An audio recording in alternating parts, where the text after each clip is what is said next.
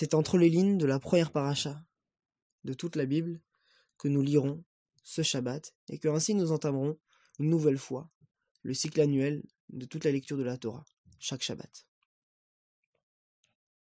Et cette paracha, c'est la paracha de Bereshit, comme vous le savez, en français, au commencement. On traitera entre autres, à travers de cette paracha, de la création du monde, la formation du monde en devenir à ses premières heures, mais aussi de la création de l'homme. Le premier homme, Adam Arishon, prémisse de toute l'humanité actuelle. La question qu'on se posera sur cette paracha, elle est simple. Elle est sur le premier pasouk, le premier verset de cette paracha, et donc par extension, le premier verset de toute la Torah.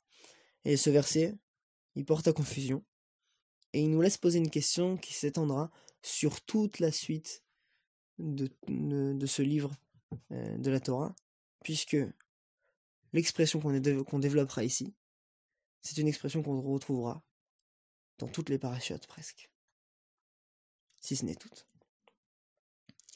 Ce premier passouk de ce livre, c'est le suivant. Bereshit bara Elohim et Hashamim et haaretz.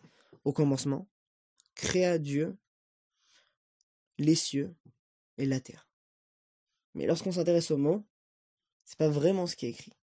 Bereshit, donc au commencement, ou au début. Bara a créé.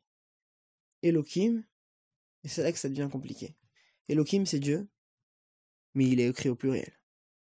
Et si on étudie un peu 2 minutes, on se dit, le livre qui est donné peut-être justement à une époque où tout le monde est païen ou polythéiste au moins, et le seul livre qui vient revendiquer l'existence d'un seul Dieu, c'est la Torah, mais il commence son livre en parlant de Dieu au pluriel.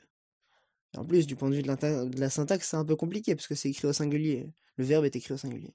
Et donc nous, ce qu'on va essayer de comprendre, c'est qu'est-ce que c'est que ce Elohim, ce terme qui veut dire Dieu, mais qui est écrit au pluriel tout au long de la Torah.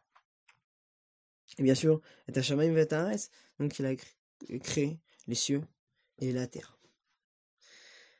Pour répondre à notre question, on va s'intéresser, on va aller un peu plus loin dans l'histoire, et on va rentrer un peu à la frontière entre la Kabbalah et la Chassidoute. Et celui qui nous aide à le faire, c'est la personne suivante, cette grande personne qui s'appelle le Admour Hazaken.